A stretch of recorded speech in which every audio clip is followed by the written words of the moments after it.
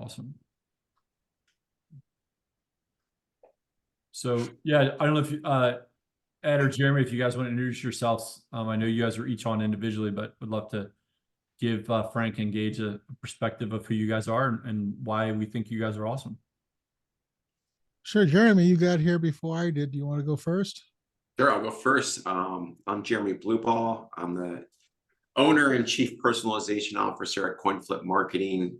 Really what we do is help our clients really break down the door of hard to reach prospects by using personalization, creativity, strategic gifting. And what's unique about us is we do everything by mail. So I know you learned a lot about social media and email techniques. You heard from Ed. We tend to say, hey, complement those with mail. So that's what we do, and that's what we'll be talking about a little bit later when it's our turn to present. And I'm Ed Forteau, aka Mr. Deliverability. I'm considered a database equity alchemist. If you're wondering what that is, it is maximizing your databases, whether it's email or if you haven't put people into email yet, you should. Even your LinkedIn database. And our goal is to create conversations where people are ready, willing, and able to buy. And then for those people that aren't, we use email to follow up with them until they are ready, willing, and able to buy. And today we're going to be talking about email deliverability and the new sender requirements that they haven't yet been enforced by the mailbox providers, but they are being enforced by the ESPs. Awesome. Terrific. I want to say, Ed, you and I have known each other for what, 2 or 3 years? Yeah, about 3 years. Yeah, about 3 years. So Ed and I met, he and Troy Polito were having a very successful LinkedIn event series, and they were kind enough to invite me as a guest speaker. And that was a great experience, number one, because I got a lot of exposure and number of clients. Thank you. And also, we learned a lot about the intricacy of running LinkedIn events, right? And Ed was our technologist in the back, so we've learned a lot from each other. And Ed is my go-to guy for everything email. And thanks to him, my email campaigns or routinely average 75% open rate, and those are cold most of the time. And it could be as low as 50 and as high as maybe 90% open rate. So when I see those open rates, I know that deliverability is 100%. So all my emails make it to the inbox. So Ed is a go-to guy for email if you guys are struggling with your email marketing. Awesome. Do you want to share your screen or the deck, or do you want me to share? So who's going next? Are you going to talk a little bit about? Yeah, I can. Let's. I'll go last. So I think if Ed or Jeremy want to go, and then if anyone's really passionate about cold calling, I will use the maybe the end of the chat to talk about that. Okay, sounds good. So where are we going? Jeremy, you're it. All right, it's pressure's on here on Friday. So yeah, so in a nutshell, your prospects probably get 300 plus emails a day, and not gonna rain on Ed's parades. LinkedIn messages, your inbox is getting overloaded now. And the way I like to talk about it is there's too much noise, there's too much information, there's just too much being brought into your prospects' inbox. LinkedIn, their life, they have kids, they have families, they have world problems. And guess what? What we think and what we've discovered is the best way to kind of break in is a pattern disruptor. And what we found is personalization, creativity, sending unique personalized gifts. Now, I'm not talking about sending something with your company logo on it. That's my company logo. Pretty much every gift that we send will have their name on it, or we'll find something about them on the internet via LinkedIn or through a podcast that they were on or on their website, and use that information to our advantage. So, example, let's say we were going after Tim. And we went on Tim's website, found out he's the world's largest Philadelphia Eagles fan. Like, we're going to find something that's Philadelphia Eagles related and send it to him in the mail.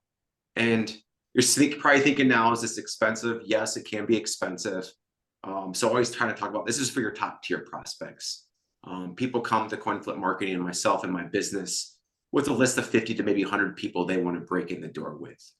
We are your top 1% of prospects that we do this for. We're not for the other 99%, because the strategy is expensive. But the way we look at it is, if we can get you 20, 30 meetings with those top 100 prospects, and if you have a close rate of 10, 15, 20%, you're looking at 3 to 6 deals closing over the next year. I spend this type of money. Hopefully what you pay us to actually kind of get those meetings is usually a 5x or 10x times of return with what we do. And I always like to talk a little bit about why this works. And because what we're doing has been being done for years. You maybe heard like guerrilla marketing before, or account-based marketing before, some terms you maybe heard about. That's really kind of what we're doing, but we're really hammering down on personalization, using people's names and interests that we know about them. And why does it work? You've probably all heard the name Dale Carnegie. He wrote a book way back in the day, almost 100 years ago now, How to Win Friends and Influence People. There's a bunch of lessons in that book, but 3 that we kind of live and die by here at Coin Flip Marketing. Show people you care, if you want to get a chance to meet them. Show people you're listening. And one of the quotes that we always talk about on a prospecting call that Dale Carnegie talks about is, people's name to them is the sweetest sound in the world.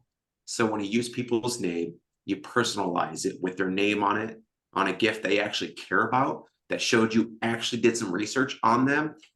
Your response rate, your meeting rate goes through the roof, simply because you're doing something that 99.99% of people outreaching to that individual will not do. Second, why do we do the US mail?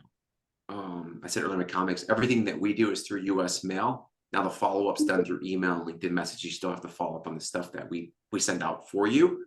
But think of it this way. I think there's now 349 billion emails sent daily. That's a lot of emails. That number is probably going to continue to skyrocket with AI, people trying to automate as much as possible. But maybe Ed will say that will actually be going down as more and more people get kicked out of their Gmail. We'll see right then. But what we found is people's mailbox is not crowded. And if it is crowded, it's crowded with things that they want to throw in the mail anyways. Bills, junk mail, sometimes, maybe an invite to a steak dinner from the local financial advisor. But you're kind of that package that shows up on their front doorstep or at their place of work, whatever your type of business where you're sending stuff. They open it up and it's all about them. You've got their attention. Now you got to follow up on that attention you got to get that meeting. And that's what we find it really works, is it's just a way less crowded spot than your client's inbox or client's LinkedIn direct messages, or anything else that you're using. Is you're really kind of going left when everybody else is going right. It's really kind of the philosophy that we try to trade with direct mail. The other thing that we try to do is, not only do we personalize the gift, we try to add a little layer of personalization with the cards. Now, what I'm about ready to show you or talk about is not for everybody, but we have found it works really, really well, especially for certain industries like the financial services industry. What actually we found is the higher up the food chain you go, the strategy tends to work about. And we typically use pictures of people. So let's say you're going after Tim. He's the chief financial officer of a certain company. He's been all over the financial news. He's been on the public space. His picture's out there. He's got a picture on LinkedIn. You can actually use that picture. And we actually will put together cards. We'll Photoshop them in front of the Wall Street Journal. So imagine getting a card. It's you in the mail. There's a tagline that we took from your website or an interest that we found about you, and you sent them a card, and it's you on the front of the Wall Street Journal. Now, some people might say, hey, that's a little creepy. You sent 100 of these. We probably sent, I don't know, the last 4 years, probably 10,000 of these cards. I get that anybody get upset at us. So I think that kind of speaks to the work that we do. And then you open it up side, there's always kind of something about that this individual. This person was a big IU basketball fan, and we actually sent them out. Oh, I just dropped it, so I can't get it. Some IU basketball coasters. So that's what we sent them. So what's really unique about this process is, yes, the gift is personalized. The gift gets the package opened, but I would say 80% of the time, when we get an unbelievable response, where actually the person actually reaches out to our client to schedule a meeting, then I have to actually follow up. I just said that right. The prospect actually reaches out and say, "Hey, Tim, I want to meet with you. That was so well done." Meaning you don't even have to follow up. It's really never about the gift. It's always about the card. How the hell did you do that? That was so cool. Thanks for photoshopping me on the Wall Street Journal, or whatever we do for the individual. So I'll stop there. I know, Tim, you and I have done some mailers together. I don't know if you want to add anything. And obviously I can open up the questions here on the panel. Yeah, so let me give you like a real world example. So my first interaction with Jeremy's on LinkedIn. So what's really cool is, everyone's going after LinkedIn. So I talked to Jeremy, and he mails this picture of me like on a newspaper, and it's my thing, right? It's a postcard. So like that was kind of cool. I was like, all right, like that could work, right? But you're like, this is the gifting guy. Like that's his job. Of course, his own technique is going to work for him. So at the end of the year, I was like, let's try this out during Christmas, right? And I'll pretend like I'm a little more naive, because Jeremy had coached me. So this is not the behavior that he did, but this is what most people do. They'll say, I want to send out a Christmas gift. So while you send out a Christmas gift, everyone else is sending out a Christmas gift. I drag my feet. I'm like busy. Well, ironically, it worked out because I sent out my gift right at the exact time that my partners are getting their territories in market. So long as gone is the Christmas emails that everyone got and all that stuff. So they're getting from me a really nice like speaker set with their name on it. And I only sent it to people that were engaged with me, that had willingly at least had a conversation. And some of them I've already done business with. I don't want to say like I own them, but like they're like really loyal to me now. I've seen it. It's March now. I'm working deal cycles with, I would say, 90% of the people that I sent a $60 gift. Now, I didn't send it to a million people, but if you think about it, if you send it to a handful of partners that you're working with, they're going to bring you in. Like people apologize for not getting back to me. I had a quarterly business review where the manager was telling the sales rep, you need to work with Tim more. Never talked to him before. I ran into a guy last week, never talked to him. He's like, you're everywhere, right? Like I know he got my gift, never acknowledged my gift. I never acknowledged I sent him a gift. But all of these people are way more engaged than I would have seen if I just sent them spammy, cold calls, LinkedIn connecting pitches. Even the magic that Ed's talking about, the approach that he's got will get you out of being a spammy email person. But as it relates to gifting, like these guys are great. So then I'm like, all right, fine. I'm sending it to salespeople and sales management. That's clearly going to work with them. But I sent it to a couple of guys that were legit prospects. One guy went to my alma mater. So Jeremy's like, send him a pint glass with his name on it. None of these guys have acknowledged that I've sent them pint glasses, but they're more engaged prospects than the other people that I have not sent gifts from Jeremy on. So this works with your business partners. This works with, your prospects. This works with your customers that you want to get word of mouth referrals. So an example that Jeremy had given me is, these people spend all this money sending you something as a realtor when you sell your home. Well, now he's telling the realtor, send it at the year anniversary. Now they like their home. They're happy. They completely forgot about you. They might remember like, oh yeah, Ed, the guy with the hat, but they have a distant memory. They don't remember what color hat he wears. But if Ed sends a gift a year later, they're going to be like, man, and that will stick with them. So stop giving gifts for the holidays. Send it early in the year. Do it where it's unexpected and make that lasting impression. And I'll say in the last couple of months, whether it's a partner, a prospect, or a customer, this thing is having game changer. And if you don't spend a lot of money and just be targeted, then it's worth it. Spend $60 on a person that's worth it than sending out a million emails or a million cold calls. This really works. Yeah, and you hit on something that I didn't touch about is we call them wow mailers, but we implement what we call USP gift giving. I was going to call it UPS gift giving, but there's this big brown company that delivers packages all over the world that might have had got upset at me for stealing their name. But so the U stands for unique, the P stands for personalized, the S stands for surprised.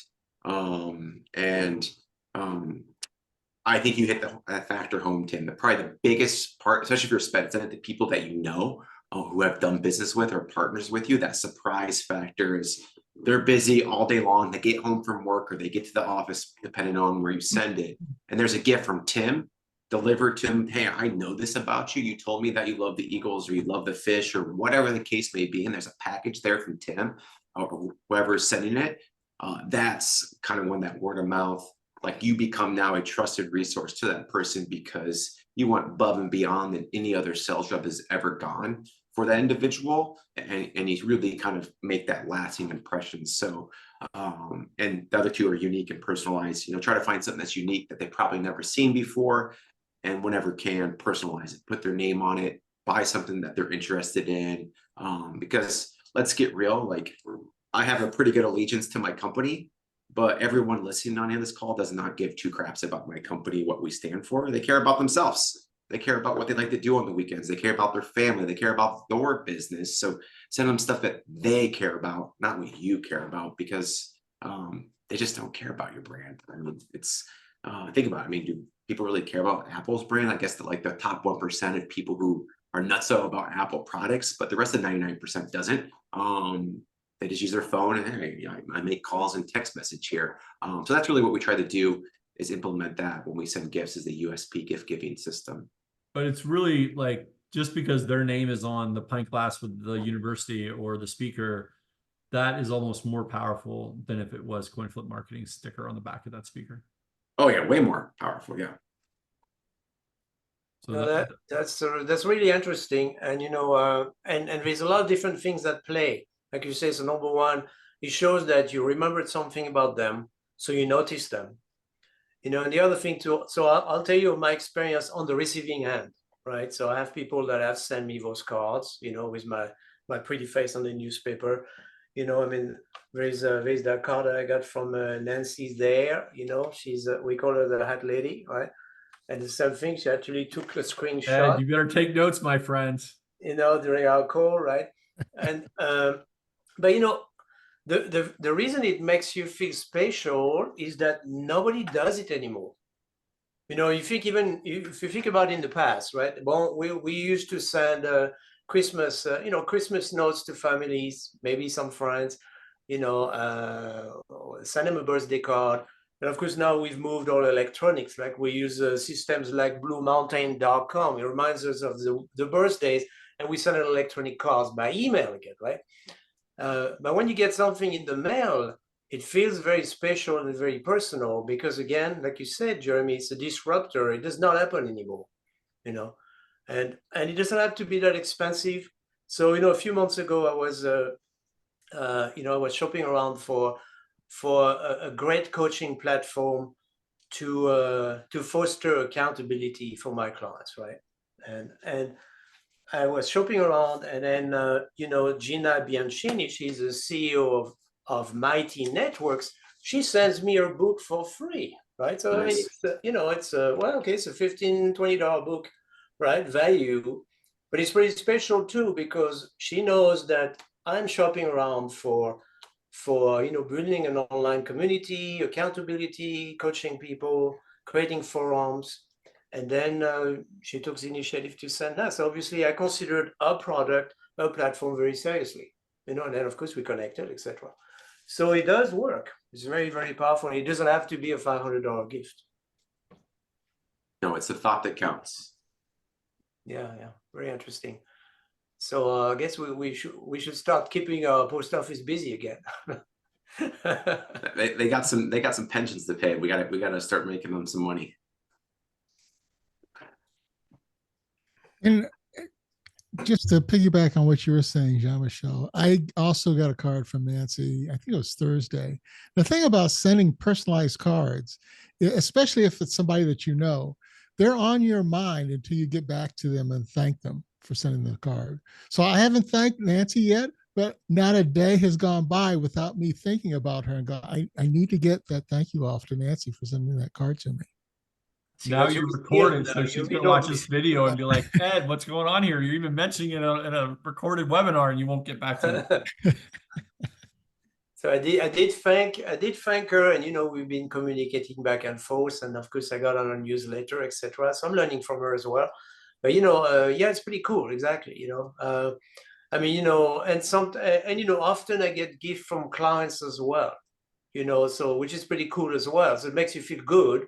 It's not necessarily about lead generation in this case, but a few years back I worked with an art director in Hollywood, who was involved with some of the major Harry Potter and all of this. And she knew that I was a pianist and I was big on Tom and Jerry. So I'll show you. She actually sent me, I don't know if you can see that. Nice. Yeah, that's cool. She sent me an actual plaque dedicated by the drawing artist of the cartoon Tom and Jerry. Okay, so that's pretty special. Right? So it doesn't happen very often, but when you get a gift like this, of course, it really solidifies those relationships further.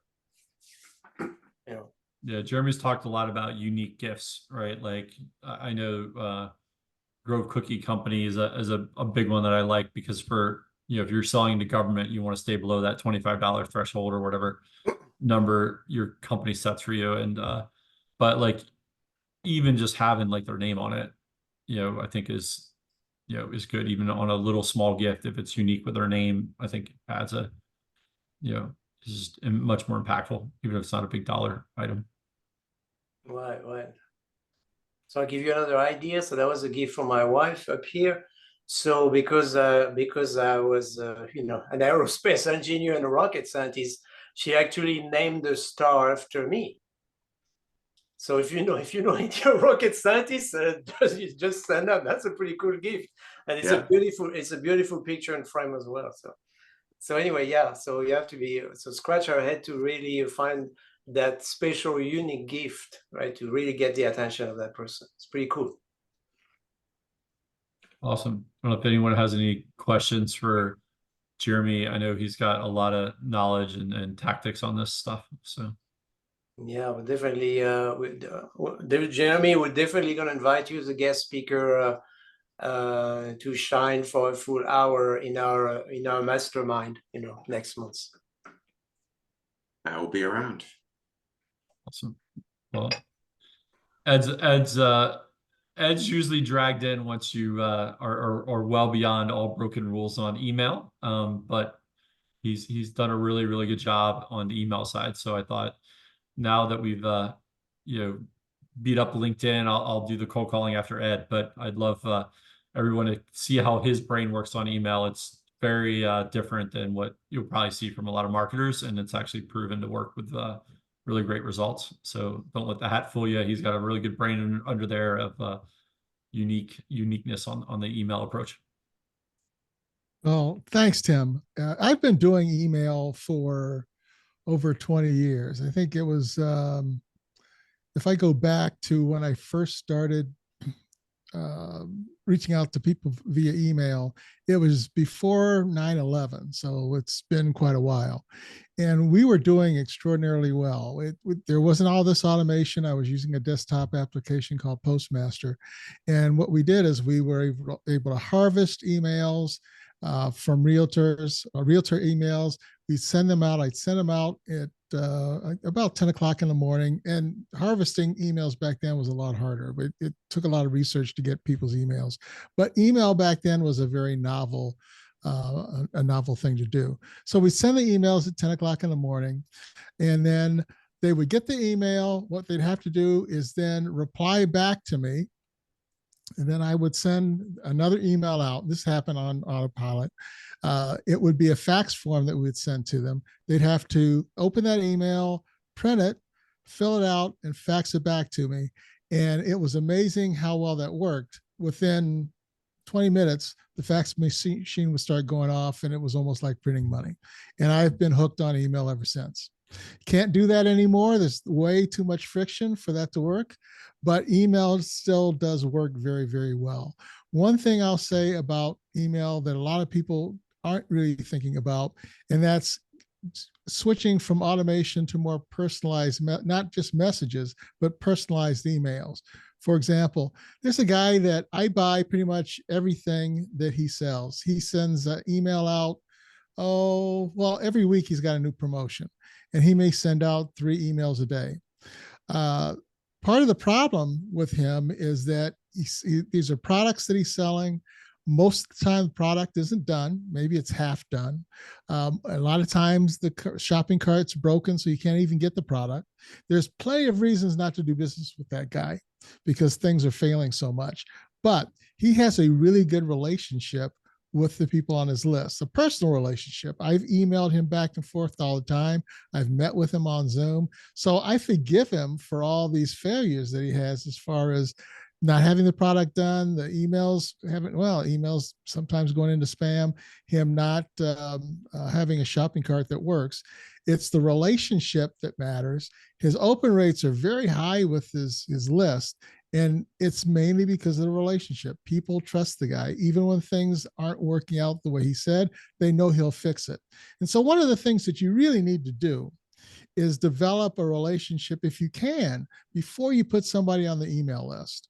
And that's the secret to really getting high open rates consistently, because when somebody gets on your mailing list, email list early on, the first email they're probably going to open, second email they're going to open. Once you get to the third, fourth, fifth, and even several weeks or months down the road, the likelihood that they're going to keep opening that email is pretty slim. So if there was one tip that I could give you if you followed, it is to try to develop a relationship before you put them on your email list. I'll give you another example. My lead magnet, I was asked to have a lead magnet for this, is a product I call Email Shield. And it talks about everything that you need to do to comply with the new sender regulations. And we'll talk about those in a second. You can get it for free. I don't have any opt-in. You just go to my LinkedIn page, go to the feature section. There's a box there that says Email Shield. Click that. It'll take you to the landing page for Email Shield. There's, again, you don't have to opt in. I'm not asking you for your email or your name. Just click it and it's yours. There's a trick to this. It's a trackable document. So I know when somebody has gone and grabbed that document, and I can, and there's a date stamp on that document, and I can kind of triangulate based on who's visited my LinkedIn page and compare that to when that person opened the document, and I can tell who that person is. So I can also see what you've looked at in the document. I can see whether you've opened it. I can see what pages you looked at. I can see how long you've looked at the pages. Now I've told you all this stuff. You may not want to grab the document, but it's well worth looking at. And based on your profile, based on your interests that I can gauge from how much of that document you looked at, I may reach out to you. I'm not going to be creepy about it and say, hey, I saw that you were spending a lot of time on page 2023. It's a 27-page document, and maybe you need some help with that. But I would say something like, a lot of people grab this document. I don't even know whether you grabbed it, whether you got it or not. It's called Email Shield. I know you have it because I've already tracked it. And a lot of people ask me questions about, and then what was on page 23. I don't know if you had, if you grab it, you may see that there's a problem with that. You might have a question about that. Well, because I know they spent so much time on it, a lot of times they'll say, yeah, I did grab it. And I do have a problem. I did have a question about X. Now we're into a conversation. And that conversation is on DM. I'll ask them if they'd like to get on my email list. They'll say yes. Pretty much every email that I send them, they're going to open until what I offer is no longer a problem for them. But I've developed enough of a relationship ahead of time before I put them on the list that I can move the process forward.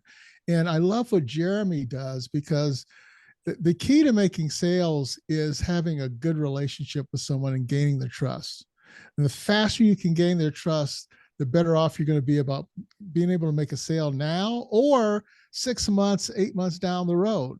And if I think they're a really good prospect, I have no problem spending money, sending them a gift 6 months, a year down the road. one of the things, I'm going to be off topic just for a second here.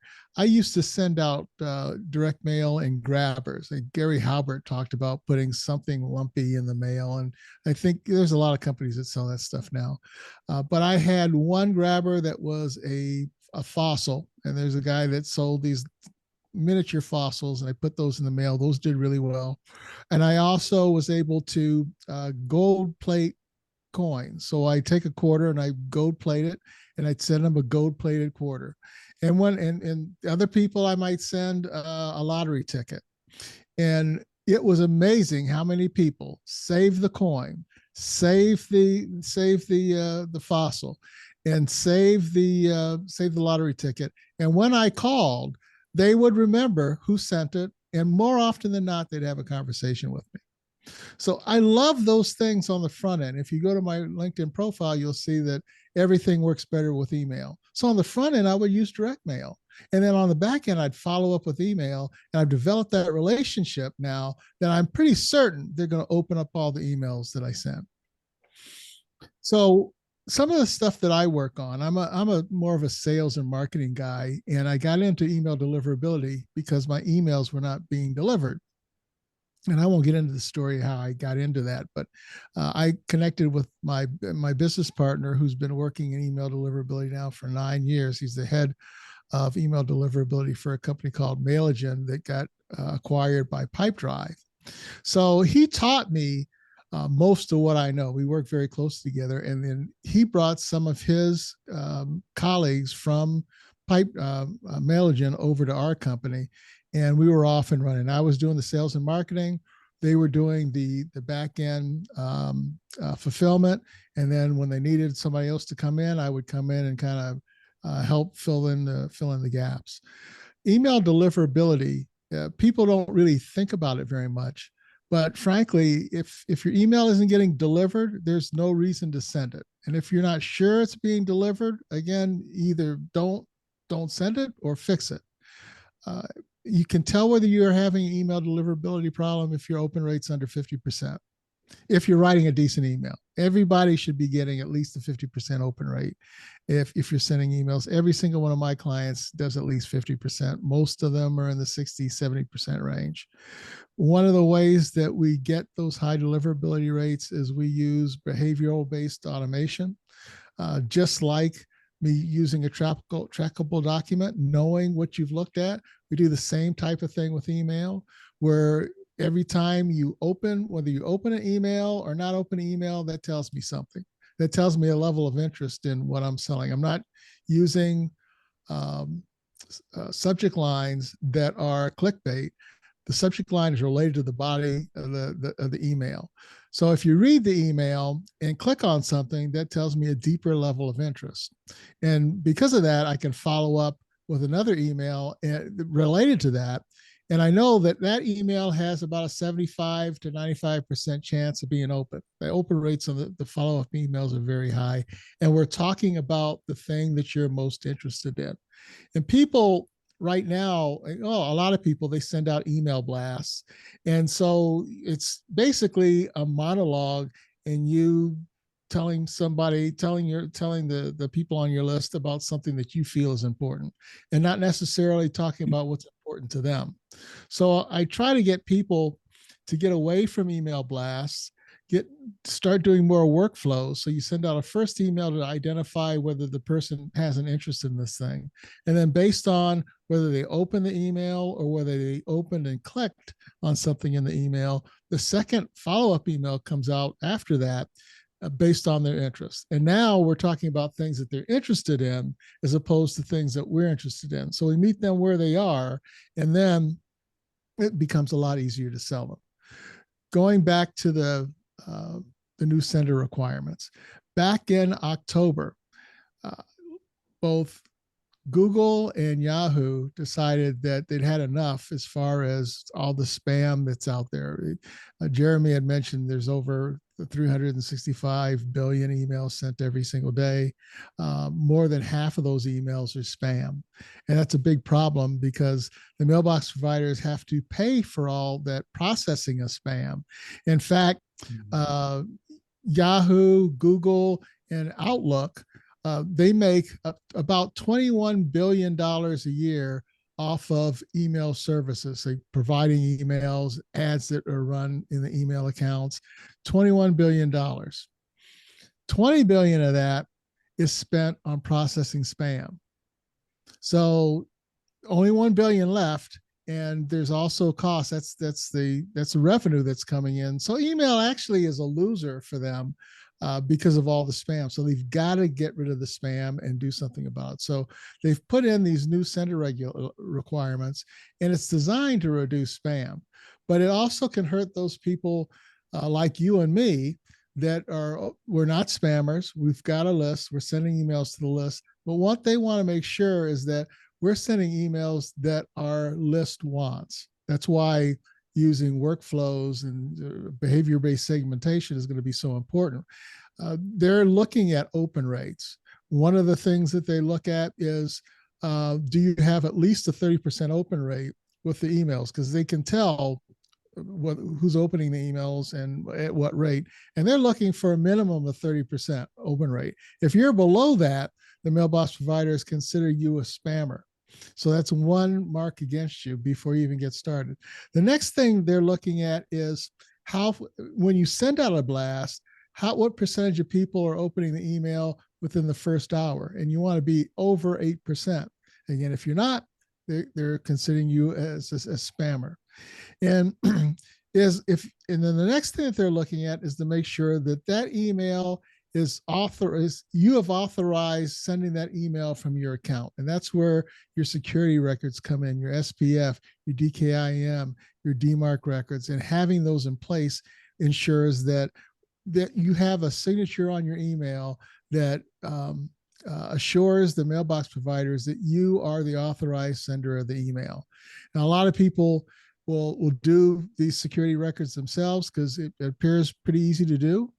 But I will say this, that the ESPs and some of the apps that use email have updated their DKIM records.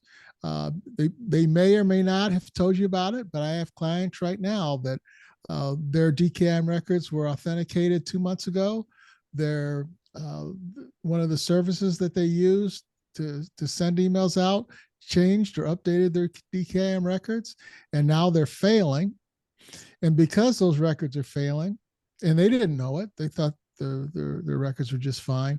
They turn on DMARC, and there's 3 different settings you can have for DMARC. Either it does nothing, it's just the record that's there. It is going to quarantine emails that are sent if your DKIM and SPF records aren't properly authenticated, or it's going to reject the emails. So what is happening is when those DKIM records are updated and you haven't done anything to update them in your DNS records, that's going to throw all your emails into spam if you're using anything other than DMARC being a P being none. So it's that's how it's being what's the word I'm looking for here? Your setting as far as security setting for DMARC is set to none. In case you're not familiar with DMARC and DKIM and SPF as security records are concerned, the analogy I like to use is SPF records is like locking the windows of your house. DKIM is like locking your doors.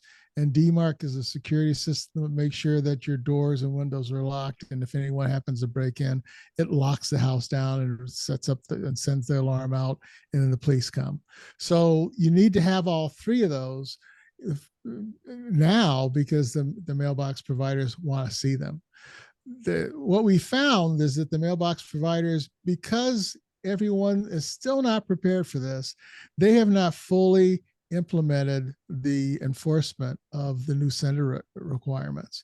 But the ESPs like Active Campaign and Aweber and Constant Contact, they are implementing some of these, and they are suspending accounts if you don't have your records in place. So the first thing you need to do is reach out to these guys, understand that you're probably going to have much longer wait times because there's so many people calling. They've got new staff, and a lot of their staff doesn't know what's going on. They can give you very bad information that would cause you more problems than good. But you need to reach out to either somebody who knows what they're doing, or if you just don't have the funds, reach out to your mailbox provider, but do some research ahead of time. Know what's supposed to be done. That's the reason why I have the email shield guide. So it literally takes you through step by step what you need to do. And it goes beyond the DKIM, SPF, and DMARC records into some of the other things that the mailbox providers have alluded to, but are less well known and talked about either in the media or amongst people online. But you want to make sure that you fix those records ASAP. You've been given a little bit of extra time here because they were supposed to implement the enforcement at the beginning of February, and they haven't just yet. But again, the ESPs are enforcing some of these things, and they are kicking people off their platform. They are suspending accounts, and if you didn't see a notice, you're having problems with your email account, that's probably one of the reasons why. And I'm hearing from clients, not only are their emails not getting delivered, I've heard clients tell me that some of their emails are some of their subscribers are unsubscribing, and it's mass unsubscribing. It's not it goes beyond the normal unsubscribe. It's either a bug in the system, or there are people on a do not contact list with the ESP that they're just taking them right off the list. Or again, I mentioned their accounts being suspended, or they just close their account. There's no second chances. You didn't get things set up right. You need to clean out your account. Look to see how many bounced emails you have in your account. I had another client that had 40% of their emails were bounced. 40%. So he's on the verge of getting kicked off his account. We were able to clean that up beforehand, but even the people I talked to at the ESP said, yeah, he should have been suspended. So you've got to clean up all these things and put people on your list that want to hear from you. You want to get your open rates up over 50% as soon as you possibly can in order to be safe. So that's what's going on with email. If you haven't started freaking out, you should. Email is a good tool, a very effective tool for following up, and extraordinarily cost effective. It works amazingly well when you combine it with other things. So Ed is very humble, but I woke up in the middle of the night, cold sweat. I'm like, Ed, what the freak is going on? Right. So Ed's like, we set up our little call. He, calmed me down, and he walked me through all of this stuff. So I thought it would be really cool to share my bad behavior pre Ed's conversation, and then after I got this, threatening note from Yahoo and Google and all these other places. So before, I would send a BCC. So for anyone that's subscribed to my newsletter publicly, I've got around like 2,200 people. But I also have private email distributions that I sent where I would send it to myself and I would BCC everybody on my list. So I put it into Apollo. So now over this quarter, right, since Ed has guided me on this process, I have a 99% deliverability rate. The only reason these aren't deliverable is someone leaves the company. And my open rate is 59%. So now there's other things that I'm doing that I could share about the cold calling, but the messaging is very tailored to them. It's a really short email, but this is the level of stuff that Ed is like really good at getting you from all your bad behavior. Like this is the kind of results just from even having a 30-minute call with Ed to do the activities that he's mentioning about DMARC and the other stuff. So I just thought that would be interesting for anyone that is not an Ed fan yet. You're doing amazingly well, Tim. Well, I have learned from the master, and I don't have cold sweats in the middle of the night about my email deliverability anymore. So, Ed, do you have a question? Because this is outside my realm of expertise. What about like using an email tool when you're sending it versus just sending it? Like I know I have some clients use like Outreach, or I'm assuming, are you sending your emails, Tim, through Apollo? Yeah, I'm using Apollo. So before I just sent it out through, so I would use Gmail and upgrade to a business account, and then you have the ability to send a certain. Now I'm only sending around 400 emails once a week, so I'm not super aggressive. So this is where, you guys are all about quality, right? It's not how many spammy emails you send. Like that list is hyper engaged people. Now I didn't follow Ed's approach of like get them all warm and fuzzy and get them on Team Tim first. I mean, those are, I added them to a list, but when I meet them or I cold call them, they know who I am because I've been sending them connection requests and LinkedIn emails. But usually they'll know who I am and I'm not selling them anything. I'm just sending valuable messaging once a week. I'm finding that people that are sending cold emails have not been paying attention to the new sender requirements, because I'm getting emails that do not have a one-click opt-out link. So to your point, you really do want to use a marketing app because that's automatically going to be added. Some people will they'll send an email. They won't even say, if you don't want any more emails from me, and subscribe, which is the old fashioned way of sending cold emails. But now you need to have a link in there. And if you don't, you're going to find out that, especially if you get it's easy to mark an email a spam in with your mailbox provider. There's a button right at the top of the email that you can click and mark any email as spam, whether it's Google or Yahoo or Outlook. But if you get caught not having that one-click opt-in or opt-out link in there, easy opt-out link, you're going to find that you're not going to be able to deliver emails to anyone from that mailbox provider. So you'll alienate Google or Yahoo or Outlook. And if you alienate Google, you've got 60-70% of your emails that just aren't going to get delivered. So I'll talk about cold calling, but what do you guys think? So this is my sequence.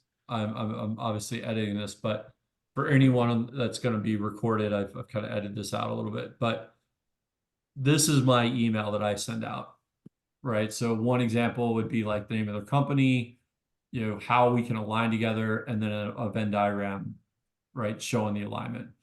So for me, and for people that listen to some of the earlier calls, you'll see like I'm using Bard to, prompt and get all the data about who they are, buying patterns, all this stuff, right? So that's my sequence. But when you're sending voicemails, like if I'm doing a triple, I'll send a voicemail, and then I'm doing like, this is an example, like subject partnership. Now in these emails, I'm not responding like you can unsubscribe, but I'm also not sending out a very large volume, and I'm not just spamming them. It's using email, a message on say LinkedIn, and a voicemail. So how does this impact you if I'm sending out a pure cold email prospect, but I'm not saying unsubscribe? If you feel pretty confident that they know who you are and the ask is appropriate to the relationship, you'll be all right. If you're not sending a long sequence that's either not, maybe they open the first one but they don't open the second or the third, you really should stop at the third email, because what we find is after 3 is when we start seeing a huge increase in spam complaints. Yep. So there's a certain number of average touch points that you want to do. So if you're doing 3 emails and you're doing 3 calls and you're doing 3 LinkedIn outreaches, right? Now you've already upgraded to 9 outreach points, but we all know that that's not enough, right? So that's where I think things like following them on LinkedIn, commenting on them, sending them a gift, all of these other omni-channel approaches allow you to have multiple touch points to get to the number of touch points that you need without just spamming them or sending them a connect and pitch on LinkedIn. It's that omni-channel approach that I think is going to increase collectively what all of 4 of us are doing on this call is going to be better than just sending emails or just cold calling or just connecting and pitching or sending emails on LinkedIn. So I feel like a lot of the approaches are collaborative and they help feed off of each other versus just doing a cold one approach. I heard you on a I forget whose webinar it was where you were the guest speaker. It's the first time I saw you, I believe, and you were talking about this stuff, and your approach to using LinkedIn and email, just their whole outreach approach, made me modify what I was doing because I was so impressed with the way you were doing it and the results that you were getting. Awesome. And then that's when you said that your business started falling off the cliff because you listened to me and then you went back to them. Just the opposite. So that's where I think it's like really interesting, like for anyone that is trying to be better at email or better at gifting or better at writing thank you notes or better at email or LinkedIn or cold calling, all of this stuff feeds on each other. So I don't know if anyone has any questions for Ed on the email, but I can kind of summarize my approach from a calling perspective, the most fun way to reach a prospect. Tim, I would just ask Ed if he would drop his website link in the chat, maybe for everybody to have. That would be helpful, maybe, Ed. Where can we find that shield thing, Ed? Just go to Ed Forteau on LinkedIn, and I'll edforto.com. Would that go work? to the feature section. You'll see it as one of the #1 feature right there. Okay, you got it on LinkedIn as a featured media. Okay, perfect. No friction. You can just get it and grab it and look through it all you like. And then you're tracking the heck out of us. We know. Yeah, Yeah, but that's pretty smart. That's pretty smart. It's all about being of value anyway. It doesn't matter, right? So, so you're helping people. Not creepy if I'm helping you solve a problem. Exactly. So, perfect. Thank you. So another one, and then I'll blend this into the cold calling piece, right? Like, so one thing that I do is like you talk about another company or someone that they would know and give them a quote. So one of my emails would literally just be this. And I've never gotten a response from this, but like they can go back to that person and validate that you're worth talking to. Right. So they'll probably not respond to this email, but they'll go back to the person that you reference. And there's a strategy there for the cold calling. And then I mentioned the Venn diagram. So you're just trying to, once you know that their email is valid and you're not spamming them and they're not like rejecting you, that's when I would send a gift. So I wouldn't start with sending, a graphic on your, on your first outreach. So in the cold calling for me, there's two ways to do it. One is you cold call first, right? And then the second is you use it at the end of your sequence. So the great thing about cold calling first is they have no idea who you are. So that's fantastic, right? But then you're probably going to get a voicemail most of the time on the first call. So you can then leave a voicemail. And so if you're using an auto dialer, you can just, voice drop the voicemail for all of those. And then you can send out a follow-up email and a LinkedIn message to them. So that's the one advantage of doing it first. And if you're doing it on the back end, you can send out, if you're doing automation, you can send out your email, your LinkedIn touch points first. And then at the end of the day, you just cold call all those people that you had reached out to. So either way, it has its pluses and minuses. But the way I like to do it is I like to pattern interrupt them. And so I just mention their full name.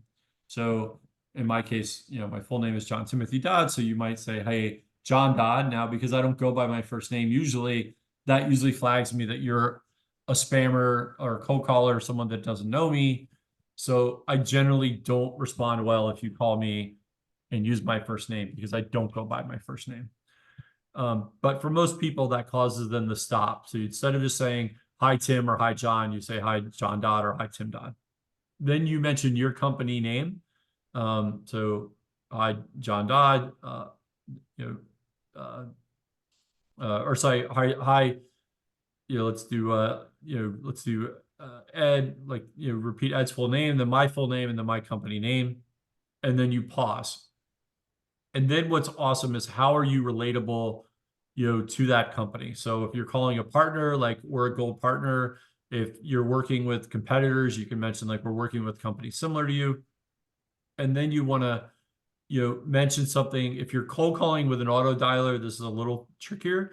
But Jean-Michel showed earlier in the week about looking up industries and things like that, or if there's something specific about them. So they know, Sam McKenna says, show me that you know me, right? Like give them something that shows them that you've looked on their LinkedIn.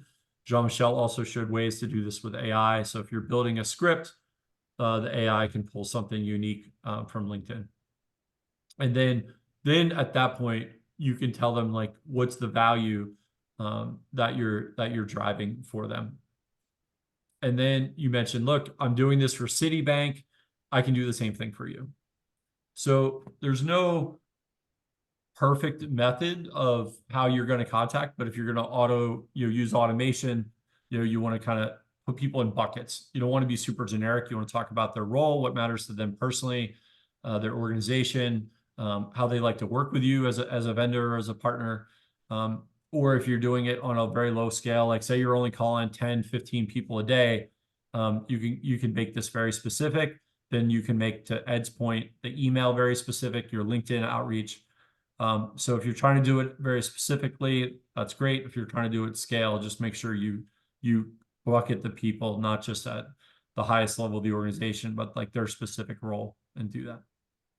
There's no answer. Obviously, you can leave a voicemail the first time, and then you can do, some people like to leave voicemails each time. They look at that as an additional touch point.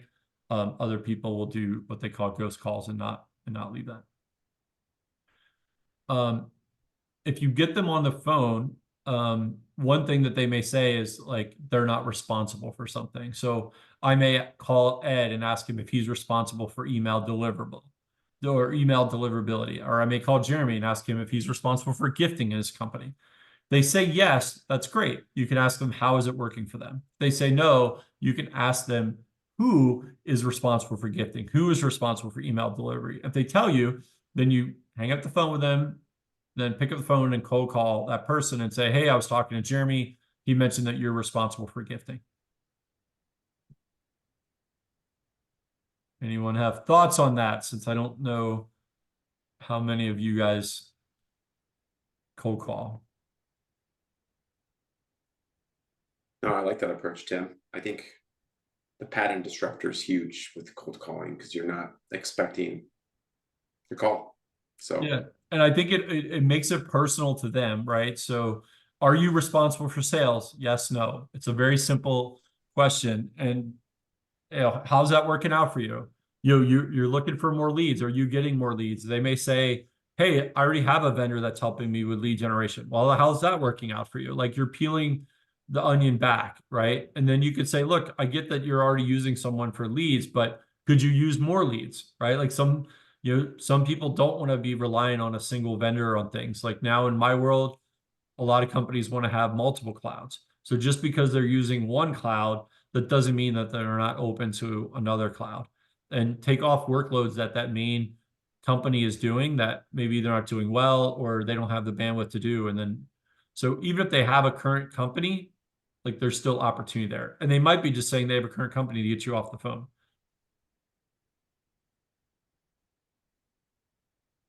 If they're saying that call me back later, you could ask them what time, to call me back. If they like, a lot of people will want to have a meeting with me, and I'll say, well, what time works for you? And then just book that meeting. If you're interrupting them, right? They obviously had enough time to answer the phone call. So just get them to tell you when to call them back. And, I've had success there. Then now they're waiting for your call when you call them back. I haven't done any cold calling for years, but Tim, you certainly make it seem less intimidating. Yeah, I mean, I really got back into it with the auto dialer, where I just block out my calendar like an hour a day and just do it. And I just sit as a zombie, stare at the screen, but then I get excited when someone answers the phone, right? So the auto dialers are making it a lot easier than the old way of like going to Salesforce and clicking on the contact. The auto dialers just force you to do it. You just block out your calendar, you do it. And a lot of times, like you might get a couple meetings out of it. And if you're cold calling for yourself and you're not using like a BDR and SDR in your organization, like you could go as deep as you want, in those conversations if you got someone on the phone, right? Whereas if you're outsourcing it to a BDR, SDR, like there might be only a certain level of, of detail. But I've taken this, so Jean-Michel and I have trained like BDR organizations on how to use a lot of the techniques, and they've had a sizable uptick in their meetings that they're booking based on this methodology. That looks pretty cool, Tim. And honestly, I've never done cold calling in my life. I'm a little gun shy as far as phone is concerned, but I would think that I love what you're doing here, and of course you've shown me some of that, and it's also one of the challenges to track everything as well, right? Yeah, so that's the other thing I like about the auto dialer software is it does tell you like how many calls, and you could do things like you can call into a state like Delaware's 302. Like I could call from a 302 number. If I'm calling into Texas where Jean-Michel is, maybe I use an area code from there. So there's some techniques there, and you can see what's working and what's not working.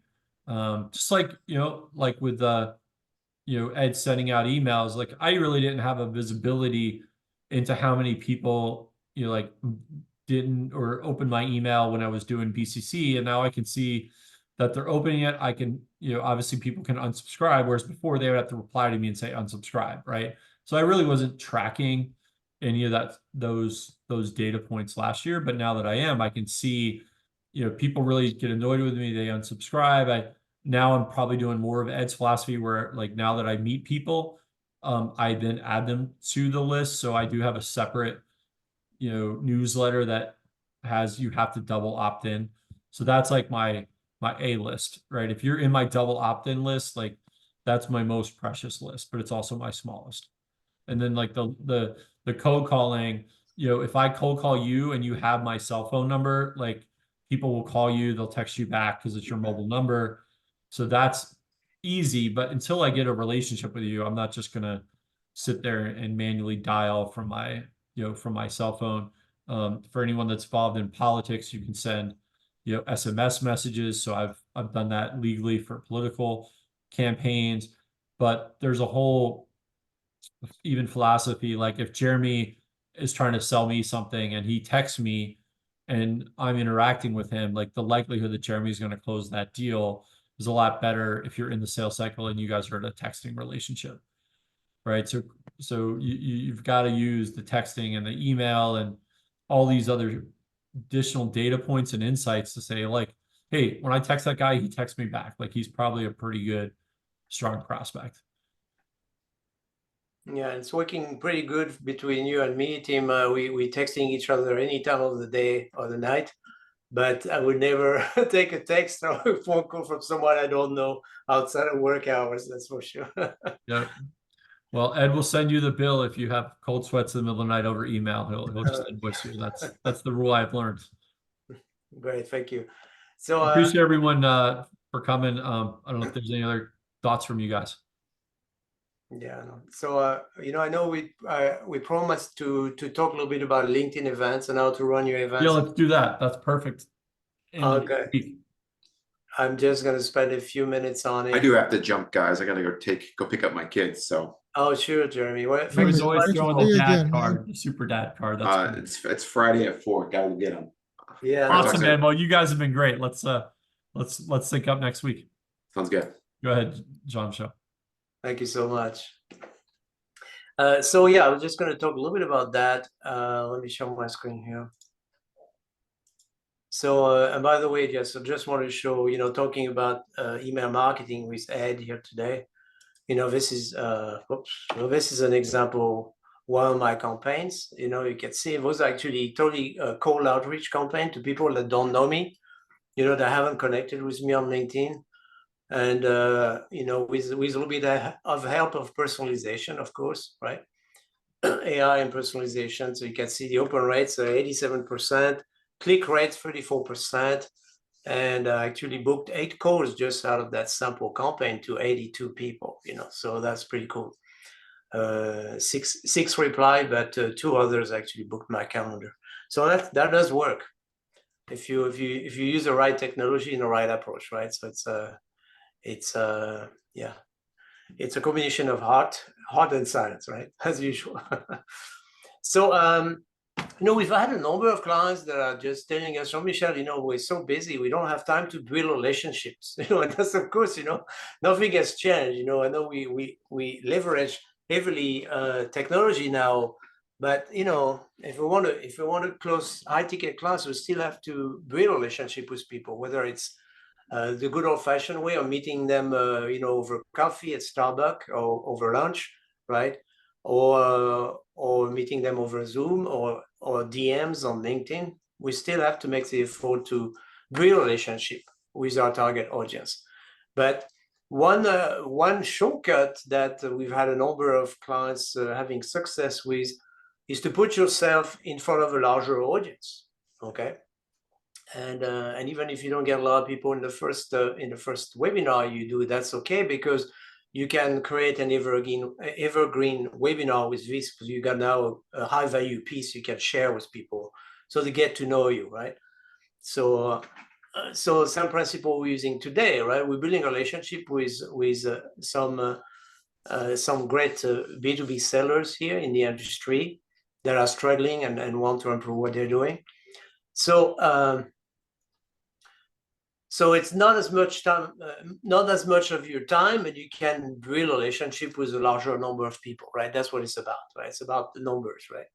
So we've had success with clients in the past few months that struggle with creating events in Facebook, etc., and not getting the right people. So the one thing, Ed, we've learned, right, with Troy in the past 2 years is that it takes work, it takes preparation, right? And so it takes pre-event preparation and post-event preparation and promotion, right? So that's the key to success. So a lot of people just set up a Zoom. They have a couple people that come in. They don't bother to connect with those people beforehand. They don't bother to follow up after the event. Well, not much is going to happen, right? So it's typically a 4 to 6 week process, right, prior to the event. So you plan ahead of time, 3 to 4 weeks at least, to give you time to promote the event, and maybe 2 weeks promotion after the event, right? So we're talking about a 6 to 8 week process here. And we've developed a detailed guide that includes 21 main tasks. So feel free to connect with me on LinkedIn and request a guide. I'd be happy to share it with you based on our experience. This is all the steps you need to take and not miss. And basically, you need to promote your event like any other effort, any other offer, right? So we recommend you set up your LinkedIn event from a LinkedIn company page and not your personal LinkedIn profile. Okay, so there's a reason for that, is you will have access to the LinkedIn lead generation form. Okay, and you probably have, maybe you opted into our event, so you saw that LinkedIn pre-fills your information from your LinkedIn profile, and all you have to do is click a button, right? And then you can download that information with the email addresses of people who registered. It's pretty cool. So you can follow up with them on LinkedIn, and you can follow up with them on email, right? So again, that takes preparation. And then you want to make sure they register on Zoom. We see this a lot, right? You register to a LinkedIn event, and then you're like, well, where is the link, right? We're looking for the link everywhere. Where is that Zoom link, right? So you want to make sure people understand that they have to register on Zoom as well, or you have to share the Zoom link with them in an email or LinkedIn message, right? So that's where we see most of the failures, right? So people are not finding the link, they're not going to join your event, okay? There is an advantage of your LinkedIn event, is that now if you are registered for any LinkedIn event or hosting an event, every week you can invite 1,000 of your LinkedIn connections to join the event, right? So it's a notification by LinkedIn, right, that let you know that Ed Photo invited you to join this LinkedIn event. Okay, so there's not a lot of filters there, but you can filter by location, you can filter by industry, so there's a little bit of filtering if you have a high quality LinkedIn event. LinkedIn network. But basically, you can get up to maybe 1% success. So, if I send 1,000 invitation, I may get 10 people that join. Okay. So you do this 3 weeks prior to the event. So I've been able to invite 30 people from my network. And then my co-hosts are going to do the same thing. They're going to invite about 30 people. So you can get to 100 people easily, right? Without too much effort. It takes a few minutes to invite 1,000 people on LinkedIn. Okay. And LinkedIn will send a notification for you, right?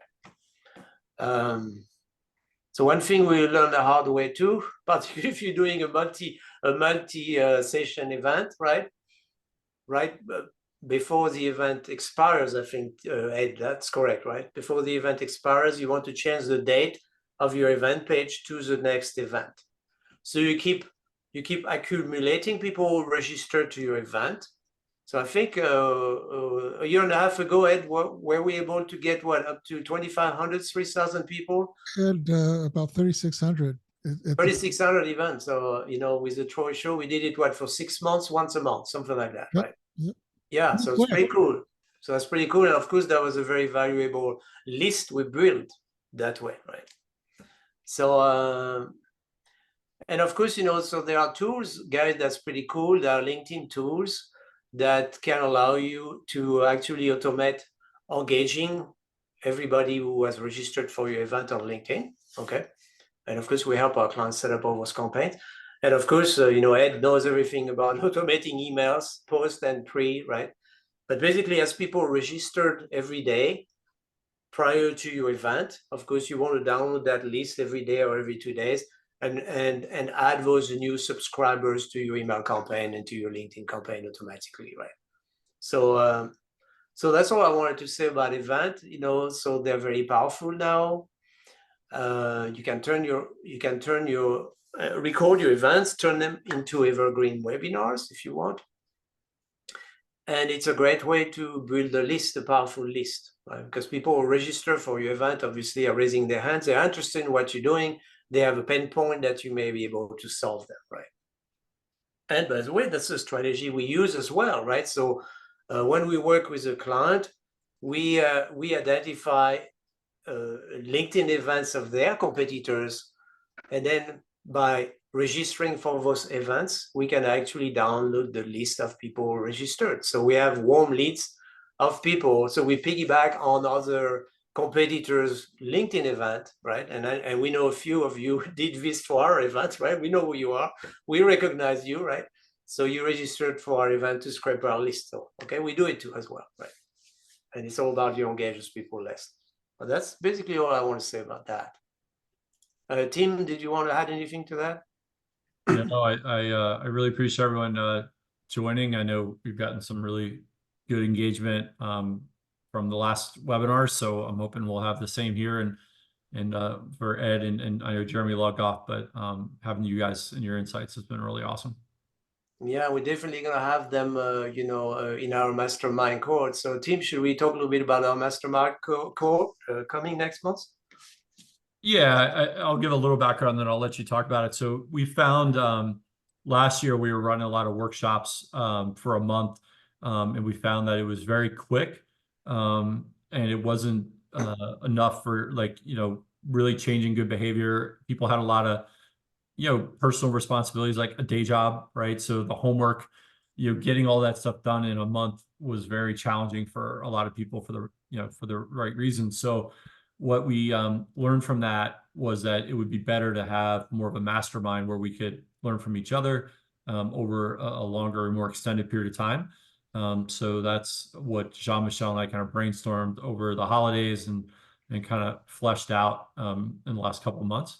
And so we'll still be doing workshops for companies and those things will still happen behind the scenes. But I think publicly putting a bunch of brains like Ed and Jeremy and Jean-Michel into the room, I've learned a lot, and I think that approach seems to work well for other people. So that's what we're thinking about doing, and I'll let Jean-Michel get into the details.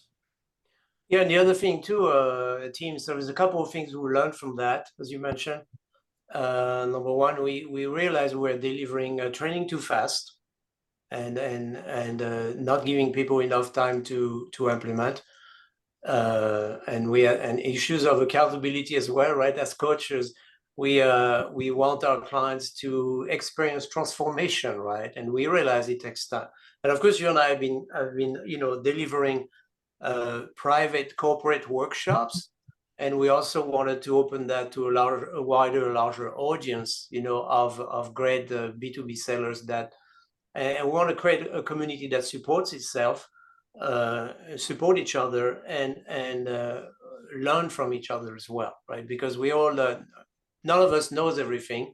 We're all good at a number of things, and that was by putting our knowledge and our talents together, we can create something bigger and more effective, right? And really transformational. So so I did share in the chat, the beautiful new website you just designed, Tim. And I'm just going to go through our new program quickly here, and everybody will get the recording, so that will work just fine. Let me share my screen here. Yeah, and Jeremy, who's not on the call, has really positive feedback about our website design. So. Oh, okay, great. I'm glad you get some feedback. So it is, that's a brand new, let's call it brainchild, right, team, and we're going for it. So please meet our new social selling team's mastermind cohort. Okay, it's a 6 months program, and there is some details for you. So basically, why are we doing this, right? Well, we want to learn from other experts, share best practices, and grow together, right? And of course, what's our ultimate goal? To kill our 2024 sales quota, right? Recover more time freedom with the help of automation, AI, etc., right? Because we're going rugged right now, and hopefully learning to love selling again, right? And so this is what we've built now, a 6 months program, and I think we're going to open that enrollment for what, the next week or 10 days, Tim, something like that. Yep. Yeah, we'll give it a week or so to get people signed up, and then we'll start. Exactly. So, and also, of course, your enrollment is only going to open three or four times a year.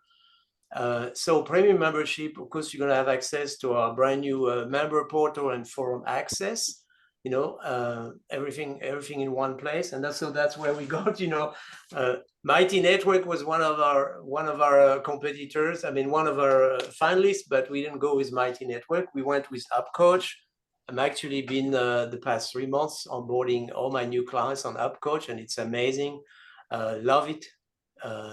It's a great way to communicate with our clients, with our members, create accountability, assign tasks, so give them access to courses, you name it. It's amazing, guys. It's going to be an amazing experience. Everything in one place, with the ability to communicate with other team members, communicate with us directly. So we are really excited about unveiling that brand new core.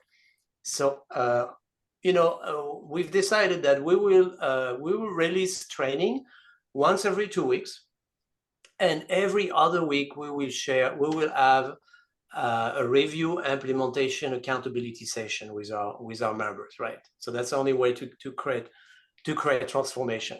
Okay. And Tim and I are very hands-on. Our clients, our members know that already.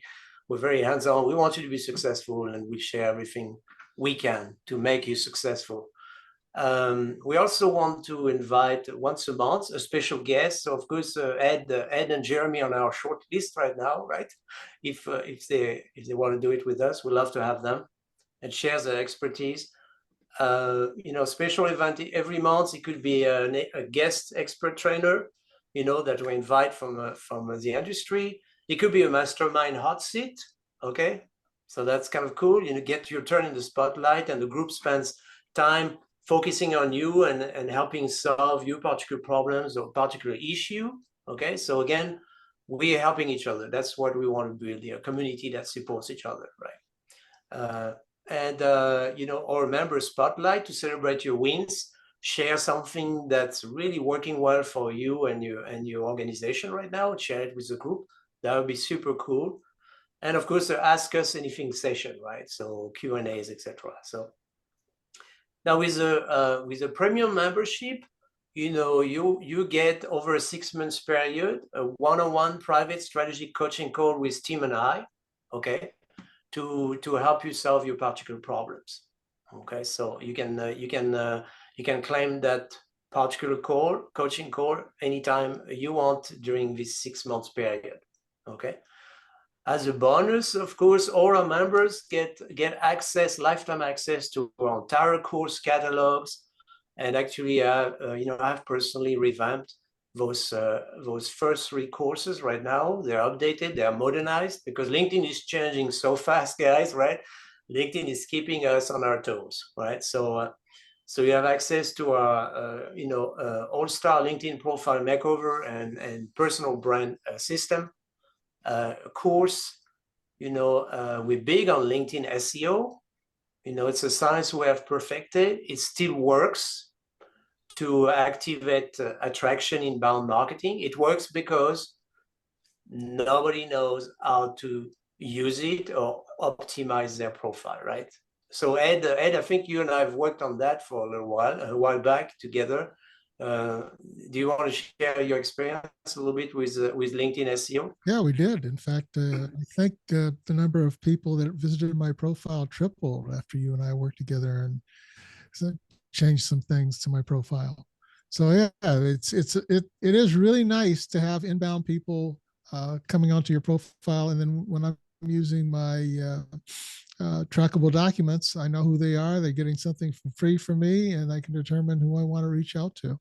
Exactly, and the beauty of that, as we discussed in the previous webinar this week, is that now LinkedIn will show you everybody who visited your profile, right? So if most people are too shy to invite you to connect, that's okay. You know who they are. They cannot hide from you, And then if they fit your universe, then you can personalize your invitation to them, right? And offer a great piece of value like Ed is doing, for example.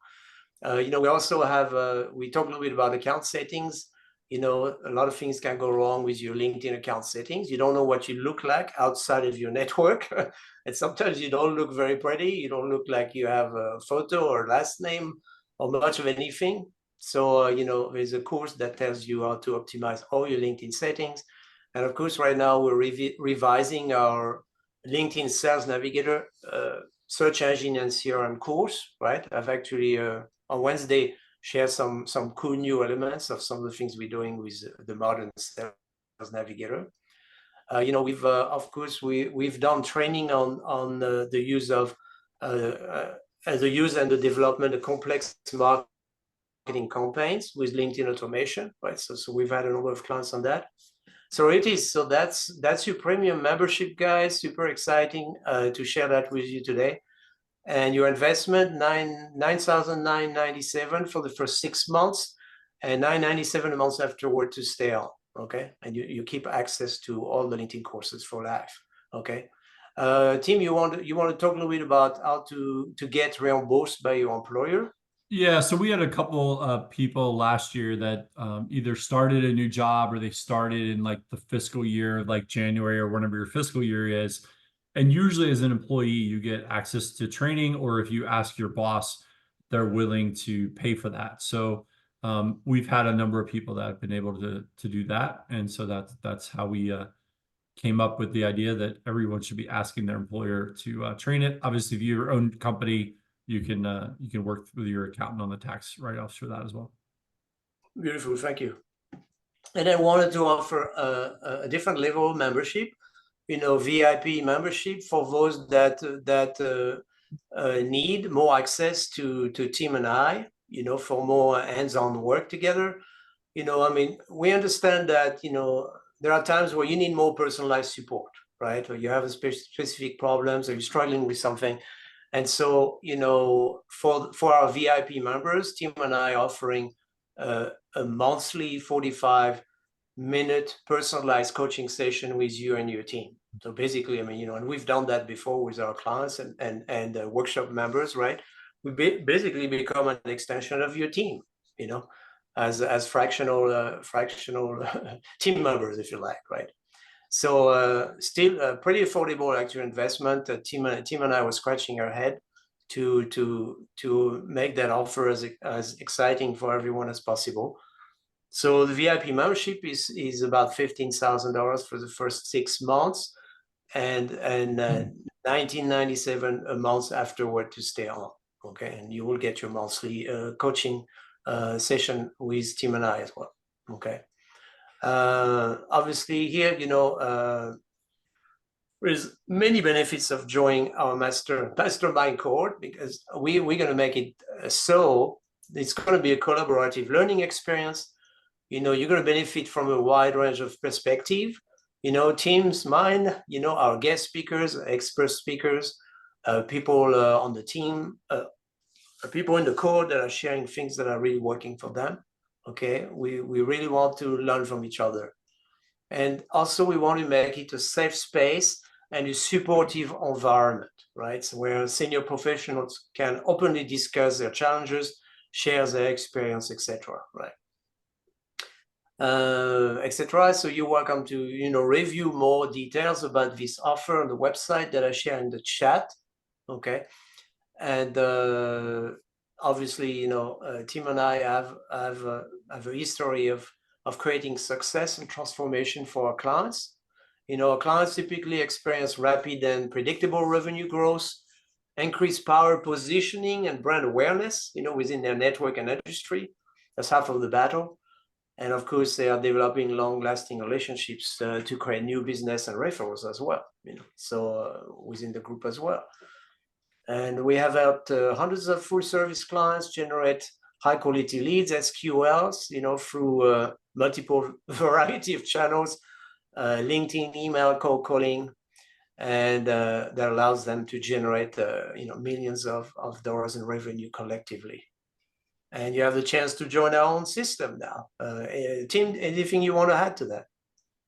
No, I mean, I think just from my perspective as a seller, I mean, whether you're selling in the enterprise like I'm doing, or you're selling, you know, into small, medium businesses, whether it's technology or you're selling coaching or any of these services, it works. And I think, you know, everyone on this call can benefit from that. And we'd love to be able to bring you into our little circle and see how we can all grow together in 24.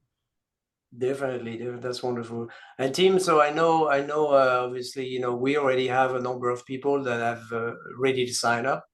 They're not on the call today, but it's okay.